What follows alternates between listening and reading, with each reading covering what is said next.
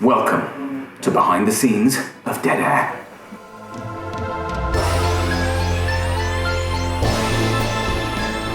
I'm Stacey Hart and I played the drummer on Dead Air. My name's Kate Davis-Speak and I am playing the bassist in Dead Air. I'm Joanna Stanton and I'm playing the guitarist in Dead Air. Hi, I'm Dan Palmer and I play the role of the manager in Dead Air. So, I'm James Hill-Morton. I am playing the co-pilot of the plane that is flying to its doom. I'm Peter Hearn. I wrote Dead Air. I'm Jeff Harmer. I directed and co-produced Dead Air. Oh yeah, I did that as well. He produced it as well. Dead Air was the first true collaboration, It was I'd say. you go in, can you write something? I was like, yes, yes I can. And then you went, here's the idea. And I went, give me a couple of days. You messaged me and I went, who's this guy? I think it was from Face TV, really. That was kind of where it was starting. You were in the post-production stages of Scrawl, and I think we got connected somehow via that. Yeah, no, because I remember Carl saying that there was this weird guy that they'd been working with. My friend, who I used to work with at the cinema back in the day as a projectionist, he works at Airborne Aviation, and he said to me, Jeff, I've got this plane, this fabulous plane. It's like a Russian biplane, but it's a passenger one. It's got like about 20 seats inside. He says, how'd you fancy making a film in that? So I went and had a look at it, and I thought, wow, how cool is this? And he said, yeah, we'll take you up in the sky, we'll do whatever you need to. One condition, it has to be a zombie movie. And I thought, okay. And then after we'd already met, I then said to you, right, I've got an idea. I've got this plane, blah, blah, blah. Yeah. And then I said, look, there's my idea. Yeah. You write it. Yeah. And I remember going away going, I don't know how to write this. Up until that point, I had always written my own stuff and directed it. I had never found anyone that I felt comfortable enough collaborating with, because I would kind of write something and go, oh yeah, I'll get this person to direct it. And because the idea didn't originate from me, because you kind of came to me with this, I don't think I would have ever written a film set on a plane with punk rockers and creatures had you not come to me in the first place and pitched me a completely different film that bears no relation to her whatsoever.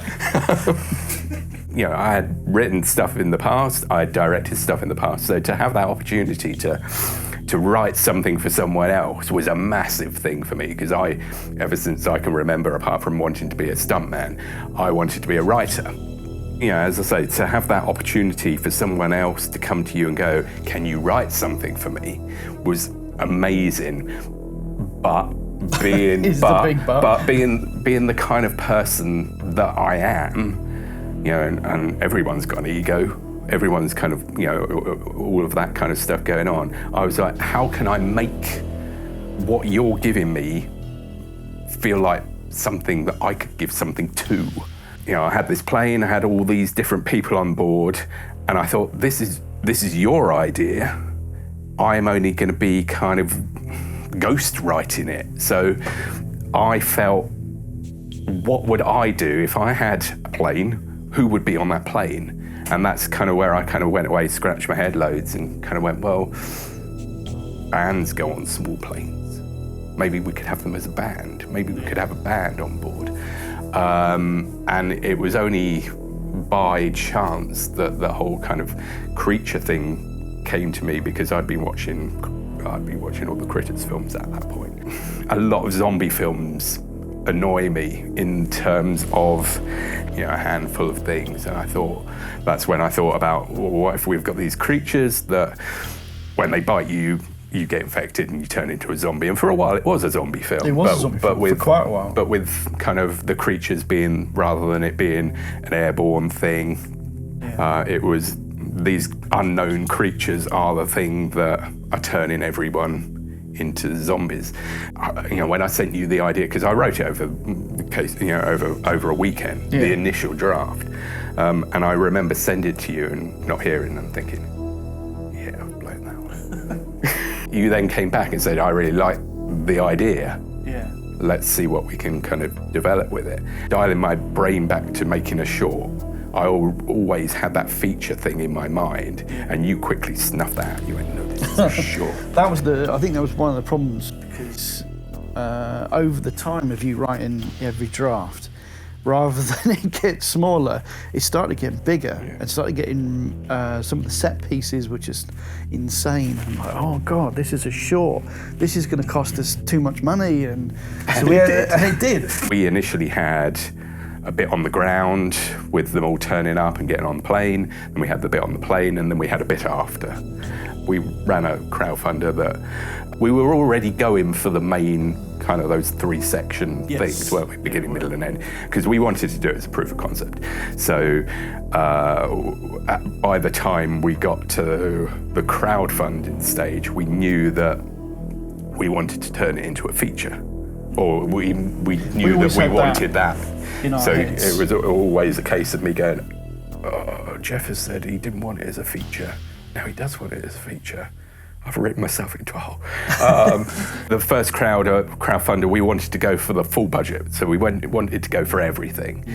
And we fell short. Not by much, but we fell short. No, we fell short by a little bit. Well, I went back to Jeff and just said, what if we just take the middle bit? Get rid of the start, get rid of the end, we contain it. I had watched the Twilight Zone movie. I'd watched it before, but I kind of went back and went, well, how did they do their Nightmare at 20,000 feet bit?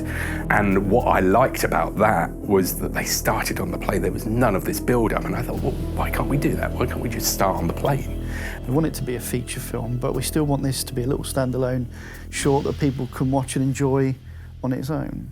And that was what we wanted to do. I met Stacey originally at the premiere of a film called Get Real. I even asked for her autograph. You weren't alive in '93, so... not really. So I kind of met her, that was the first time I ever met her. And then I was prepping my next short film called Room 4. And then I was put in contact with her. And initially I was going to use her for one role. And then after meeting Stacey, I immediately swapped the roles around, so she was then sort of the lead character because I had someone else I was thinking of at the time. Ever since then, she's like my go-to. Every time I make a film, I said, no, Stacey would be perfect for that. And then I said, when the Dead Air thing, although it wasn't called Dead Air at that point, they didn't even know what it was called, but we then started talking about it, and I said, we've got to have Stacey, she's got to be the star. I've known Jeff, the director, for about 8 years, properly, that is. We met very briefly in 1998, I think, when he came to the premiere of the first film that I did, which was in Basingstoke, and apparently I gave him an autograph, but I don't remember it. And then we met properly about 8 or 9 years ago. We worked on a film called 8 Ball, which was a short film, and I think that's the first time that we met each other properly. And I was about 10 and a half months pregnant with my firstborn, and I played a heavily pregnant woman in the short film. And then we immediately, not long after that, did a feature together called Addict, and I played a woman who had just given birth and had the jowls to prove it. And so yeah, and a few other things. We've worked together quite a bit. As a director, he's brilliant to work with because he's very easygoing, and he knows what he wants, but he lets you find it. But he's not afraid to tell you, no, do it that way, which is what you want. You don't want to be just cast out to sea. I felt a little bit sneaky in the way that I wrote it, because I thought, right, I know that he wants to work with Stacey again. So if I write this character with my vision of Stacey in mind, then he's more likely to go for the script. Because I'd never met her. She nails that part. Yeah. And I can't see anyone else playing that role. No. It's almost like you've literally, without meeting her, you've handwritten the character for her. Which I think was an amazing thing to do. There are elements of me in there. She's quite hard, but there's a vulnerability, which is to do with her burgeoning kind of inability to do her job. I loved her. She had great hair. I think that's why Jeff cast me, actually. It's just my, propensity for stupid fucking hair colours. But yeah, I liked playing her a lot. And, oh God, we got to scream and fight and run around and just play with these great puppets, driven by these great puppeteers. So it was just a blast. I did learn to drum a little bit, not like properly. You couldn't put me on a kit or anything, but there was a song that we were using, and so I learned to do a few of the sort of the riffs from that. In fact, I got a friend of mine who's a very, very good drummer to do a video of himself drumming it for me, and then I learned it like choreography because I can't drum but I'm a dancer, so I literally just learned from this video of my friend in his pyjamas and his slippers that his mum took one day on his couch, and just sort of imitated the moves from that. And I wasn't as good as he was, but hopefully it meant that I could at least look natural with a couple of sticks in my hand. So Kate had come on my radar through Twitter. I had seen the trailer to Escape from Cannibal Farm. That's one pop up on my feed, and it was clear that she was a big kind of driving force of that film, because that character originally was a male character. I think when we decided to turn all the band into female characters, obviously that meant me going back to the script and working that through. But I thought, this is the kind of person that we need on the film. Yeah. But because the bass player doesn't say a great deal, we needed someone with screen presence, and she certainly has the screen presence. I've kind of made it a bit of a personal mission to often get casting roles where I get to play quite tough women. And what I love about the bassist is she doesn't say a lot, but she does a lot. She fends off the critters, and I think she's quite a protector. It's the kind of character that I'm always drawn to, actually. So yeah. Hi, I'm Callum Arnott. I'm working as a fight choreographer and kind of safety on the action sequences. On this one, it's about making sure that the sort of fight action sequences are sort of done safely, but also work in terms of the film and the story. The challenge with this one is that it's the space. You're looking at the surroundings in which the action sequence or the fight sequence takes place in, and clearly the challenge is with this one is just the space limitations when you're working in a real 737, which is not an easy challenge really, particularly when you're on a tight time schedule as well. You can't sort of work for hours. The moves themselves wouldn't normally be too challenging, but I think with the restriction of the aircraft space that we're working in and the size of the bass guitar, I've been a little bit worried about swinging it around. I can be a little bit accident prone, and I have in the past clocked a few people on set, and I really didn't want that to happen this time around, so being super paranoid, but really enjoying it, working with people that we're all on the I like boat. being hit because she's hit me twice. I would never get work again if this was true. No, totally cool, but because I'm quite paranoid as well, it's kind of slowing things down a little bit, but from the rushes that we've watched back, it's looking pretty effective, so it's worth it. Yeah, it is tricky on a plane especially with crew manoeuvring, makeup manoeuvring, and you've only got the 1 hour that fits one person. If you're setting up a shot, or if you're just someone wants to duck in to touch up your makeup, it's all a lot trickier because we've got no space. Everyone seems to be coping really well with that. It should be more hassle than it is, and it's not really a hassle, or it hasn't really been any trouble. We sort of smoothly got through that.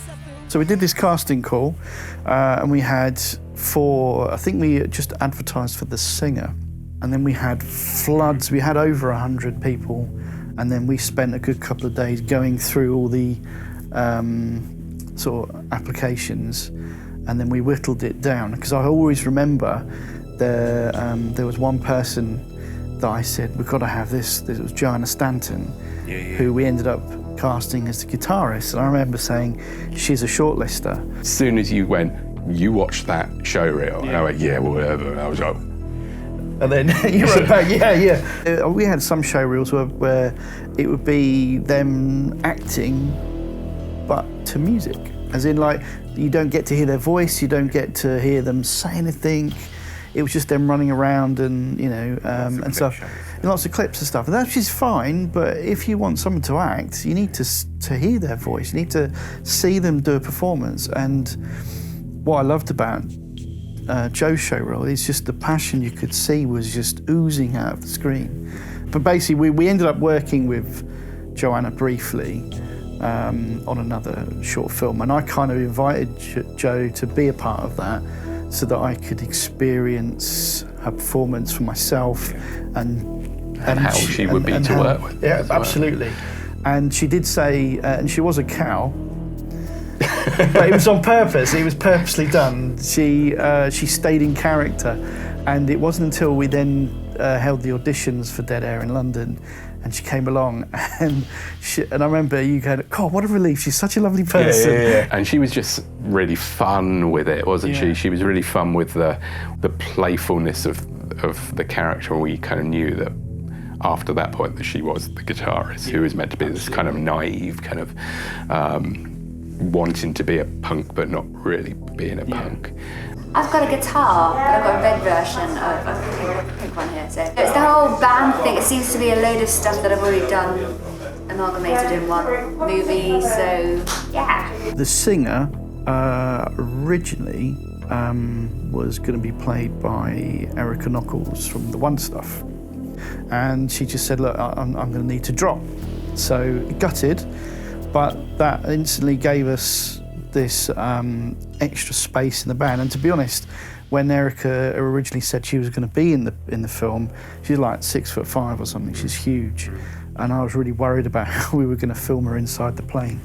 A lot of people we thought were great, but no one. But it was how would they fit with the people that we'd already cast. So we had to see who's going to fit in with our band.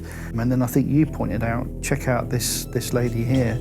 And it was great, her show reel was fab, but then we organised a Skype conversation because we weren't able to do a face-to-face at this point. There was one line that she got, and she did it. Everyone else had been given the same line for all the castings that we did. Everyone had the same line, but Charlie was the only person to take that same line and change it in such a way that it made our ears prick up, like, ooh. So you were able to kind of do a little bit of, investigating and finding out what she was like before kind of going down that and route. Neil was very complimentary of it, and I'm sure he'll give me the $5 later. James Hayman Morton, who plays the co-pilot, he's very good friends with an actress I've worked with a couple of times called Lauren Shotton. I'd been introduced to James via that connection, and then I was working on the behind the scenes on a film called The Fitzroy. We got chatting, and I just absolutely fell in love with his performance, and he's a really good comedic actor. I'm glad you're filming already. We've had one day of shooting so far, which has basically comprised of me falling over with my trousers down and kissing one of the actresses. That is part of the script there before you start wondering. We've had some puppeteering work as well, which is amazing. It's amazing to see it all come to life. And I haven't forgot any lines yet, so for me that's a win. Today I'm walking up and down the plane. Then there's a bit of attacking creatures, being attacked by creatures, blood flying around, prosthetics work. We've still got quite a lot to do, I think. I probably should get back to work. Yeah. James and an actor called David Charles worked on that together, and they became really good friends.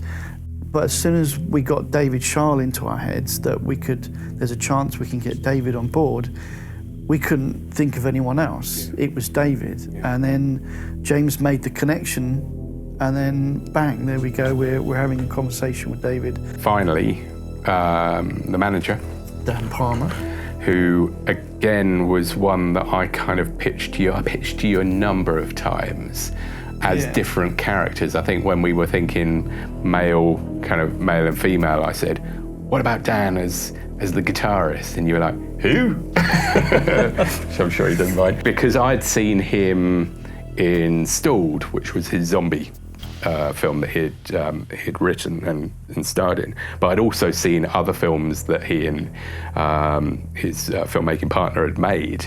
He had a unique kind of screen presence, quite quirky screen presence, which I thought would lend itself nicely to the character. And I could see it all. I then sort of stalled and I thought, oh, okay, now I get your... You'd seen another film, again, Connections. Yeah. You'd seen another film that he had been in. Yeah, My Bloody Banjo, which is a James Hanger Morton film. Yeah. So when we decided to get him involved in Dead Air, I could really start to see where we were going with it. And I'm dead chuffed that he then agreed to be our manager. I play a slightly dubious and sleazy rock manager, I suppose, who manages this girl rock band called Monster Kitten.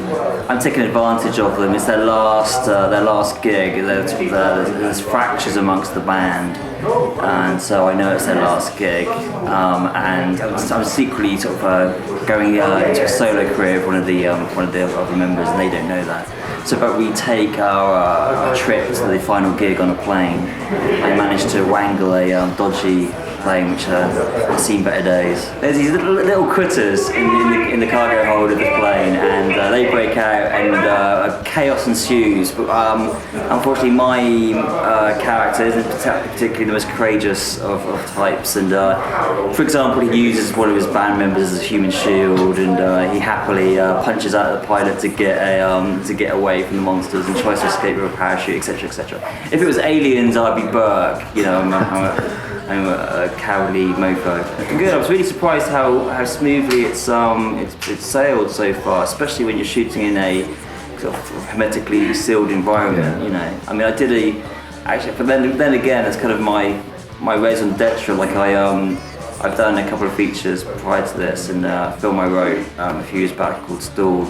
I'm pretty much the only character in it, and I'm stuck in a lady's toilet cubicle surrounded by zombies. So it's an entire movie set in a ladies' loo, and a film I just shot, a script of mine, last November, was entirely set in Portsmouth Prison. So I've done a film stuck in a loo, a film stuck in a prison, and now I'm doing a film stuck in a plane. So you know.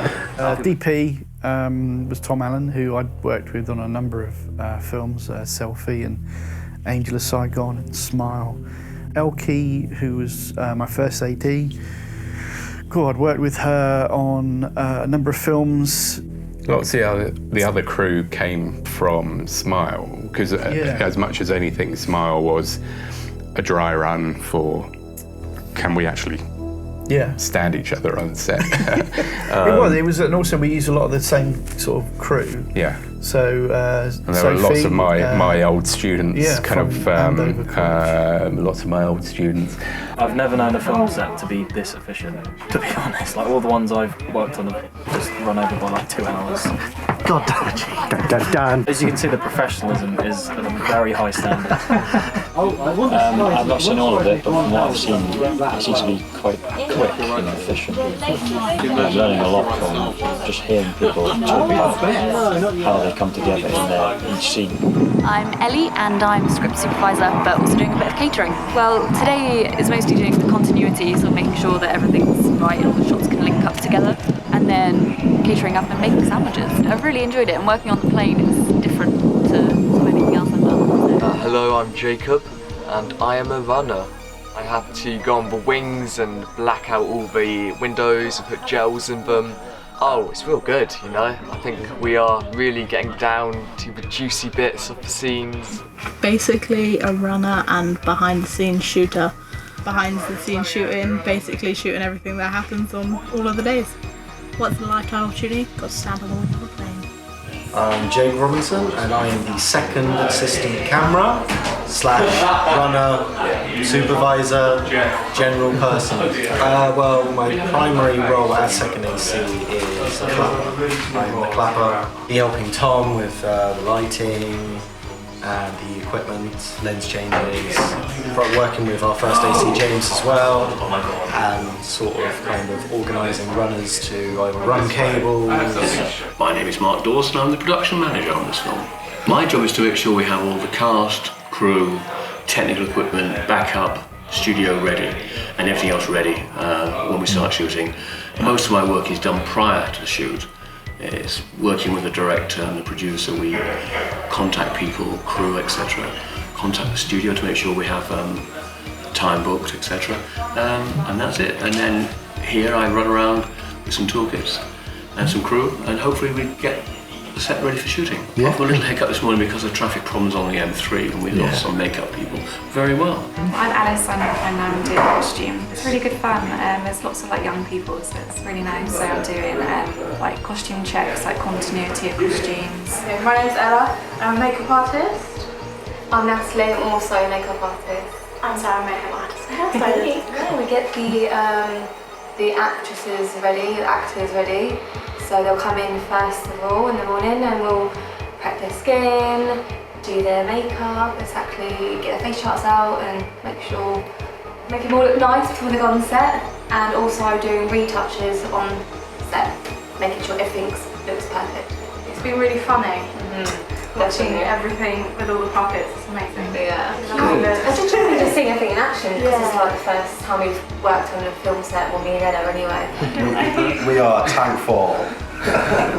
Jack Throwful. Jack. Will. Jess. Doing all the prosthetic makeup, all this kind of stuff.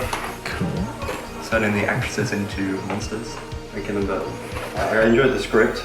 Yeah, fun script. I like the premise. I like the little creature thing as well. We're way into it. Well, we've met a few people at Film Expo. I know Alki and the live casting as well. Yeah, we've met the actresses. We had to do some live casts a couple of months ago, so we met those there. Yeah. They were really lovely. I'm Patrick Forster and I'm script supervising on Dead Air. Today's been a really fun day because we've been getting started, getting warmed up, done a lot of stuff with the creatures, which look fantastic. And the really talented puppeteers have been doing a fantastic job with that. So it's my job to make sure that the creatures are in the same place when we come back to shoot bits later. So it's been a really fun day to get started. We're getting everything we want and it's all looking really cool from what I've seen, so you should be very excited to see the finished film. We started the whole kind of process about 2 years ago, so it's been quite a long journey to get to the plane there. Being kind of like the writer on this, having directed before, I didn't want to step on his toes, so there are enough people that know more than me about the technical issues. So I'm kind of wandering around, looking semi-important, making cups of tea.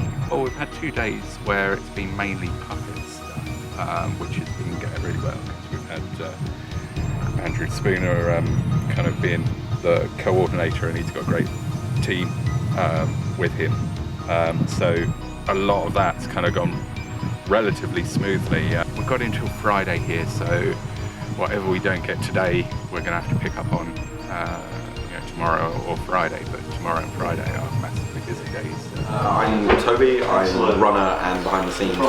So mostly we've been just sort of helping out every department, helping the lights up yesterday, putting all the acetate on the windows, making sure that everything's clean, and I'm also going around and taking photos of the actors back in makeup, of the crew while they're setting up and things, and of the location. One of the most efficient and professional teams I've ever worked with, and they're so lovely about it as well. It overwhelms me when I see those that I've pushed in the right direction go on to either work within the industry or to go on to bigger and better things, but still keep in contact, and not kind of forget, who kind of maybe kind of pushed in the right direction. My name is Andrew James Spooner. I'm a puppeteer, actor, voice actor, and on Dead Air I was puppet captain, puppet coordinator? Puppet coordinator, yes. Let's call it that. And the voice of Dave. And the voice of Dave. I don't know if they made it into the cut though. What is a puppet coordinator? Puppet coordinator is just somebody who kind of acts as a go-between between the director and the puppet team. A lot of the projects that I've worked on, the crew, the director don't necessarily have any experience of working with puppets, but think using puppets would be good.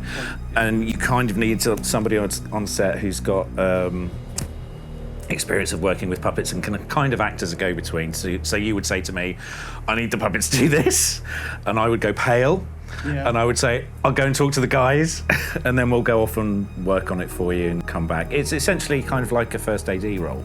Also, you find working with puppets that the director sometimes, especially if there's a human element involved, it's not just a puppet show, there's actors and puppets, the director will be focusing so hard on what the actors are doing that they'll go, cut, that's great, we'll use that, and it will be me going, no, sorry, you can't use that because my entire face was in shot, and that kind of spoils the illusion. So that's really my job. I grew up in the 70s and 80s, so that was kind of like the heyday for, practical creatures and puppet shows. So basically I was exactly the right age when things like Star Wars hit and Dark Crystal and the Muppets and all that kind of stuff.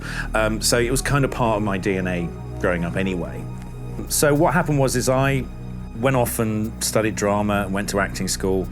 I got to the end of my acting course and I thought, I really like performing, but I hate being on camera, which is a bit of a problem if you want to be an actor, let's face it. So I was like, right, what can I do? Well, there's this puppetry thing, so how do I get into that? So a friend of mine, and I don't know how, had the address for the Jim Henson Creature Shop, which was based in Camden at the time. And I just wrote a letter. I wrote a cold letter off to them saying, I want to be a puppeteer. They got me in for an audition, and then I just started working. Wasn't obviously on the top tier of their puppeteers because I was fairly young and green, but if ever they needed somebody to assist on a commercial or something like that, then they would call me in. And then the first really big job was Muppet Treasure Island. And as soon as I got that on my CV, it's like, you're a puppeteer. Oh, but he's worked for the Muppets. Oh, he must know what he's doing. So that opened some doors for me. I also did a little bit of work on Spitting Image. And it's just that thing of working on a set and meeting people and making connections and networking. And I essentially learned everything on that shoot. I remember a day when, fairly early on, so I was just getting ready to leave, and then the production coordinator, who was a lovely guy called Pete Coogan, kind of tapped me on the shoulder and said, can I come have a quick word with you? At which point I thought, oh God, what have I done wrong? Because that's just who I am as a person, cheerful. And and he took me off into a corner and he said, actually, I think we're in a position to offer you about 10 or 13 weeks work if you're interested. I've been doing more voice work than anything else, to be honest, but I've been doing a lot of video games recently. I can't talk about a lot of them because I'm NDA'd up to my eyeballs, but I did one called The Persistence, which is out now for the PS4. I just did Watch Dogs 3. I'm allowed to talk about that now. It popped up on Twitter or on something, so great. Gremlins on a plane, that sounds amazing. And then as a habit, I still do this. I'll look through and go, especially something that's got a practical puppet element, I'll look through and see who's working on it, because it might be somebody I know and I might get a job. And I looked through and I went, I don't think they've got a puppet coordinator on this. I spoke to you first, going, have you got a puppet coordinator? Because I think you could do with one. Not meaning to be poncy about it, and you can sound a bit poncy when you talk about puppets and puppeteering, but I think there is this attitude of, oh, it's just puppets, anybody can do that. And actually, it's not. It is a skill. No. It is. I know some actors, some really good actors that have tried puppetry, and they just can't do it because something really weird happens. I'm going to put my ginger ball down. B-roll footage, thank you. They pick up the puppet and they're great actors, but something happens and the performance stops somewhere around the elbow. Yeah. And everything that they're doing is great, but it's just not coming through with the puppet. And so it is a skill, and I've been doing it for years, and the people that I use have been doing it for years, and they can just turn it on and off. But it does come from a basis of having worked really, really hard. I mean, I was mucking around with puppets when I was a kid, and all the puppeteers that were on Dead Air that I used have been doing it for years as well. Tony especially, who I've known for years, we met on the Henson workshop in 94, 95, and that's how we met. Yeah. And he's gone off to do, CGI and character animation, but he's still a really good puppeteer. The director will come up and go, I've had this idea. And we'll go, okay. And then it's our job to go away and workshop it and make it happen, usually in 2 minutes. If it's done right, it looks effortless on screen. It looks like it's spontaneous and it just happened. But yes, you do need all that foundation underneath it. I can't tell you the amount of times I've turned up on the shoot at the last minute and there's no monitors for the puppeteers. Yeah. And they'll go, why do you need that? Well, we need to see what the camera sees, because otherwise we're stuck underneath a piece of set. Our heads will get in shot, and they kind of realise the amount of work that goes into it. And also, not necessarily with these puppets, although maybe for a couple of shots, you might have more than one puppeteer working on one character. Yeah. So you need to coordinate all the movements so it looks like one performance and it doesn't just look like a puppet whose arms are all over the place. So you need to rehearse, you need to, I'm going to look that way, so that means the eyes need to look that way, which means that the arms need to turn and the body needs to turn, and you know, all that kind of stuff all needs to be, it's almost like a dance, it's like choreography. The concept to me was just so cool. I mean, you know, we use Gremlins on a plane as a shorthand. It's more than that. But this idea of these gremlin-like creatures, these critters, these, you know, attacking and, you know, being the problem you need to solve, but at 32,000 feet in the air. I just thought that was a really great idea. I'd also never really worked on a comedy horror. And the thing about doing a project like this is I got to meet people like yourself, and I got to meet an awesome crew and great actors and the puppet builders, and I was able to put a team together. So it's all good work experience for me. I'm hoping that we go to a feature on this because I think it's got a huge amount of potential to be an awesome movie. And yeah, I just want to see it made. So Dan Hall, who did the score. Yeah, that was the introduction from Dan, yeah, again was you know, someone we've worked with numerous times. I've worked with him on Smile and the teaser trailer for Angel Yeah, Side and he did Scroll for me and he did Motto for me. Yeah. So I got him to rescore Motto, which was the short that we did before Scroll. And as soon as that, I had lots of other people rescore it and it just didn't work. As soon as I heard that first draft of that score, I was like, this is someone special. Yeah. I think my favourite sort of connection on the crew side of things was probably Dirk Maggs. Yes, he backed the project. So I was emailing everyone out personally and just saying thank you so much for kind of, this is really helpful. And to my surprise, he responded to that email and said, you know, I live down the road, if you ever want to meet up for a beer. I was like, Dirk Maggs said meet up for a beer. So I kind of said to you about him, that, you know, he seemed really cool. And then Exit 6 came about, which was a film festival, local film festival. And then when you and Andrew were doing that talk, out of the corner of my eye, I see him walk up the stairs. Yeah. And I kind of approached him and then brought him over to everyone. And I remember him saying, do you remember what he said? Yeah. I just want to meet you guys to make sure you're not a bunch of dicks. Absolutely. Dead Air was quite an intense shoot. I mean, we only had 5 days on this particular plane. We had your wonderful, outlandish at times script where there's these big things happening, but we only had this tiny little space to film it in, and it's not a set, it's a plane. So there's no like walls you can pull away. You've got the plane, you've got everything, and everyone has to be in that plane filming. And I always remember Tom and his crew, the DP, where a lot of people would say, right, let's break, we need some daylight and some fresh air and a cup of coffee. He wouldn't. Him and his team would stay there and then they would get prepped for the next shot. You know, you've got to think about, we had, I don't know, up to 20 people at times in this small space with like cables running under their legs. You know, you had people lying on the floor. I mean, like Taylor, who was the sound recordist, would have to try and find a really small space to squeeze into with the mics. And you had Andrew and his team that would be crammed behind a seat with a monitor on their chest and their hands everywhere. And so it got quite warm, and we didn't have air conditioning. We had a door that we could open. So I wanted there to be a sort of a haze and, you know, like a smoky atmosphere. So we had this smoke machine going off. So you had the smoke machine going off, everyone's boiling hot. What we need to say is sorry. Yeah, we should really say sorry to everyone.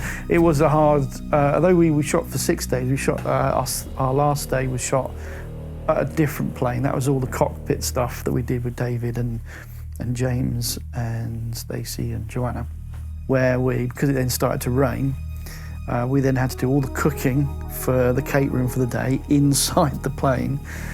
So we had these like little crock pot things, sort of cooking away, and everyone else hanging out back. So it got really, really hot. Again, sorry. Post-production hasn't gone as smoothly as production, to be fair. I decided to then do it myself. I'd edited, well, a lot of things that I've made in the past. I had to agree in my own head, and looking at Pete for advice as well, that we were happy with the film as it stood. And I think a friend of mine, Keith Wright, he watched it and he gave me feedback, and from there, and from feedback from other people, we then worked out how to condense it, because I think my first cut of the film was about 22 minutes long. I then got it down to 15 eventually. So there's, for a short film, for a quarter of the film to be dropped and it still work is a massive thing. I then had to look at doing the visual effects, getting those finalised, but the problem is money was short, because we ended up doing a crowdfunder for just production. So we ended up having to make decisions that were hard. And we can probably talk about it now, that an actor called Lance Henriksen, and he was going to do the noises of our creatures, our Daves, and I thought that was going to be really, really funny, because he's such a high-profile actor. To have someone like him just making lots of quirky noises would be amazing. But because we didn't hit target, we then had to look at things that we had to drop, and unfortunately, because of the money, we had to drop Lance. It kind of worked out, because when we were making the film, Andrew put this character of Dave in front of us, and he then became Dave. Right. I mean, the great thing about these puppets is they are about as simple as you can get. They're essentially a Muppet puppet. That's all they are. You put your hand up there, and your hand goes into the head, and that gives you. God, it's been a while since I've been in here, Dave. It's okay. There we go. And that is it. It's so simple. I mean, it's literally just, it's a Muppet. That's all it is. Hi, Jeff. Hello. You okay? Been in that box for 6 months. You're an asshole. 6 months. Has it been longer? Yeah. Talk about it. What? Yeah. You sedated me or something. You asshole. So they just take over. There's nothing I can do about it. But that is essentially it. I mean, you can make them more complicated. You could put some animatronics in. You could have blinks. But these are about as basic as you can get. They have glowing eyes, and they've obviously got rods on the arms. I think at some point we did have rods on the legs. Yeah, we were going to try and do a walking shot. We were going to try and do some stuff with some green screen to get them.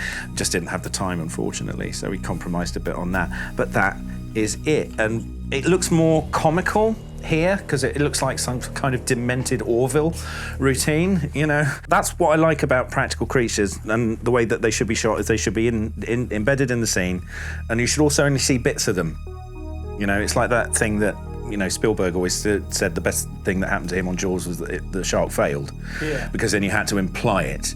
And I think it's the best thing that you can do with characters like this and practical puppets, is that you kind of imply movement. You show glimpses of them, and you keep them in the background, and then you can show more and more of them as the movie goes on. But to begin with, just an eye here or an ear or the back of the head. CG's great. I'm not going to go on bashing CG, because it is brilliant and there's some fantastic stuff happening. But practical effects, practical puppets do have a place as well. And one of the reasons is that it physically gives the actors something to react to and act opposite, that isn't just a guy wearing green with a tennis ball on the end of a stick or something like that. What we're talking about problem solving earlier, also why I wanted to give Alice a chance, because I'd worked with her on a live show at Alton Towers. I kind of spotted her and gone, you're really good. You've got a sense of performance. You kind of understand. Then I got talking to her, and she built as well. She does a lot of puppet building and set building and prop building. So I wanted her immediately, because I immediately knew that she could perform the puppet, and that's not a problem. But also, I'm not a builder, So if something went wrong, I could go, Alice, the ear's falling off. And she was there. She brought her toolkit with her, and she got us out of a few dicey moments where you know the eyes didn't work or an ear was suddenly drooping to one side or an arm fell off or something like that. Okay, my name's Alice Amesbury, and I'm a puppeteer and sort of puppet maintenance as well. So at the moment, some of Dave's teeth has fallen out. So I'm spending the morning being puppet dentist. If any scene sort of requires any puppetry in it, then me and the other puppeteers and puppet coordinator Andrew basically have to, as well as just physically puppeteer, we have to sort of work out the best way to practically do a scene and to hide ourselves and to just make the scene look as good as possible, really. These puppets go through quite a lot physically, and that means that there's always wear and tear on every puppet, so they always need a bit of maintenance. Really, really exciting. It's some really, what's quite good about this one is there's been some really interesting shots. Obviously shooting inside a plane is quite different and can be quite difficult, especially not much leg room. I always get a bit of nerves before going on any set, just because it's lots of new people, but no, it's been really welcoming and really relaxed, and yeah. We didn't have an awful lot of money for post-production anyway, for things like visual effects. So we had Doug Daines, who was a miniature builder. He went off and built me a plane. One of the puppeteers, Tony Limbora, he also does CGI. He was able to start working on our glowing eyes because we didn't have enough money to be able to create adult creatures with lovely glowing eyes. It just started to delay things even more. So that's one of the reasons we then ended up doing a third and final crowdfunder, so that we could then be able to get people to dedicate their time. When we did the second crowdfunder, although we didn't reach target, we still did all right, all things considered. So when we sort of moved things around, I always had this idea of a really cool opening. So I like the idea of, like Grease, Run Lola Run. But I always thought it'd be really cool to have this kind of fun animated opening sequence. And I'd met a guy called Liam, who directed and animated a short film called Perched. And then when I contacted him, I didn't realise he literally lives about 10 minutes away from my house. So I said, look, I'd love for you to be involved in Dead Air. Would you consider doing an opening credit sequence? I can't remember. I thought, well, was it you that put me into There's a band called Pantychrist, who are a Canadian all-female punk band. And then I contacted their manager just on an off chance. I said, would you be interested in helping out on our film, giving us some music, and we'll promote you as best as we can. And he was in. He said, yep, they love it. And then he sent me a track that I absolutely fell in love with, and they've been fab at all stages about it. So Pantychrist. Now Dead Air is done. Yeah, and next? We want to hit the festival circuit as hard as we can. At some point it'll end up on Amazon Prime or something like that, but at the minute my focus is I want to make sure everyone gets their perks from the crowdfunders. I want to get the cast and crew screen done. I want to get the film into the festivals for everyone to see, and then hopefully off the back of that we'll get enough interest in the concept that people may go, Yeah, I mean, that's the thing with any project. You want something, you hope for something off the back of it. Yeah. Whether it's, interest to make another thing, or, obviously because we had always had the idea of turning it into a feature in the background while all the post-production's been going on. I've been writing the numerous versions. We had a massive, if you think that the short is quite ambitious, we had a massive version of the film. And what's quite interesting with the way that the script has gone, it's gone almost full circle back to what the initial idea draft of the short was, which starts off on the ground, goes up into the plane, and then it ends on the ground at the end. Yeah. If you like this, the feature's this, and then some. 85 minutes long. You know, when people help you out with a project, you want to then repay them some way. Yeah, you want them to benefit from being involved in the project. So, we've benefited by having them work on it. We've had their time, their expertise and their talent. So paying it forward, we'd like to then make sure that when they next work with us, they actually get a bit more than just a bit of fun. And our Twitter page, which is at Dead Air Movie. Our Facebook is at Dead Air Movie. Yeah. Our Instagram at Dead Air Movie. The website is at deadair.com. Yeah. So all the Dead Air movies. Yeah, you'll find us. Yeah.